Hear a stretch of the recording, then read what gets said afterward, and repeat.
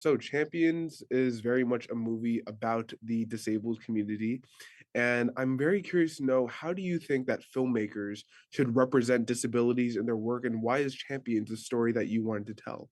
First off, my brother Peter and I have been making movies for a long time, and we always wanted to include people with disabilities. For whatever reason, we did it early on, and it worked for us. And we came to our attention that they're underrepresented. That community is underrepresented in film, so we didn't want to be guilty of that too. So we're drawn to stories about people with disabilities, and in this one, I think the way that filmmakers should portray them is to just show that the full-rounded humanness of them. Not that don't always make people with disabilities into heroes, or don't make them into villains, or don't make them into like they have to be a certain stereotype. Just show that they're just like everyone else. They have a disability. It's that simple. No, I think that's a very great answer. And also, this is your first time working with Woody Harrelson since Kingpin in 1996. What made you want to work with him again on this film, and was it easy to kind of get back into that actor-director partnership? Woody's been a friend since even before Kingpin, so we've known him a long time. I have incredible respect for him. I always marvel at the career he's had, the choices he's made, and just how good he is in every performance every role he plays. So I was always eager to work with Woody again, and yeah, it went right back into picked up right where we left off immediately.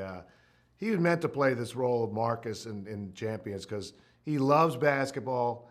He's a real people person, and he's a really good, he's a tremendous actor. So I thought he was the perfect guy to play this part. Oh yeah, no, he definitely was. Now, you and your brother have made tons of hilarious comedies such as Me, Myself, and Irene.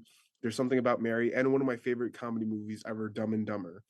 And so I wanted to ask you, how would you say that comedy as a genre has evolved since the 1990s, and has your style adjusted for the times? Well, these are times now when it's actually way more difficult, I think, to make a comedy, just because society's changed, and there's a little bit of a you can't do this, you can't say that sort of feeling to a lot of things, and so comedy becomes a little bit more difficult. So I think any filmmaker has to adapt to that. I think it's kind of cyclical in that it will come back, because I'm a big believer that comedy is a good thing, that it makes people laugh, and laughter is a healing mechanism in society. So you can't take away comedy. It wouldn't be good for everyone. You can't take it away completely. So I think it'll come back. Right now, it's been a little bit more difficult to have. There's been fewer comedies, but they'll come back.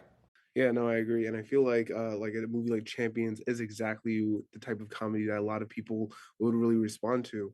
But also, like, speaking of just like some of your past work, Dumb and Dumber, you've gotten to work with the legendary Jim Carrey on multiple occasions. But in an interview from last year, he said that he was thinking of retiring. So I was wondering, like, what can we do about this? Would you ever work with him on a film again?